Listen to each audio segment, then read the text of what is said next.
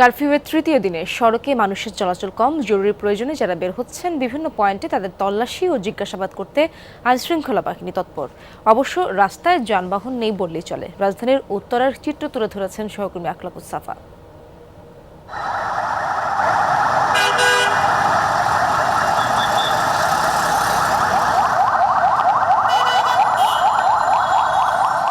আছি উত্তরায়, দেখে এসেছি মহাখালী থেকে উত্তরা পর্যন্ত আসার পুরো রাস্তার বিভিন্ন পয়েন্টে চেকপোস্ট আছে সেনাবাহিনীর।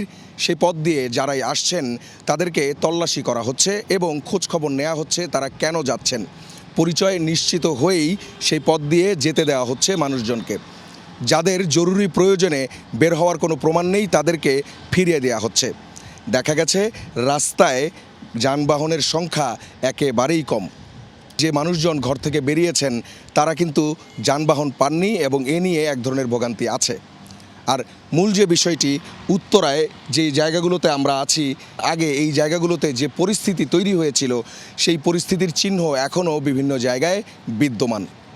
তবে যে ব্লকগুলো সরিয়ে ফেলা হয়েছিল রাস্তা থেকে, যেগুলো ভেঙে ইট পাথরের মতো যেগুলোকে ব্যবহার করা হয়েছিল, সেই ব্লকগুলো সিটি কর্পোরেশনের পরিচ্ছন্নতা কর্মীরা সেগুলো এরই মধ্যে সরিয়ে ফেলেছেন।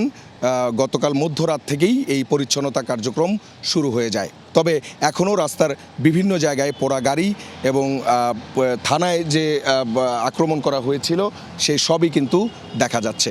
সকাল থেকে কোনো ধরনের অপ্রীতিকর পরিস্থিতি তৈরির খবর পাওয়া যায়নি এবং দেখাও যায়নি, যদিও মানুষের মধ্যে এখনও কিছুটা উৎকণ্ঠা রয়েই গেছে।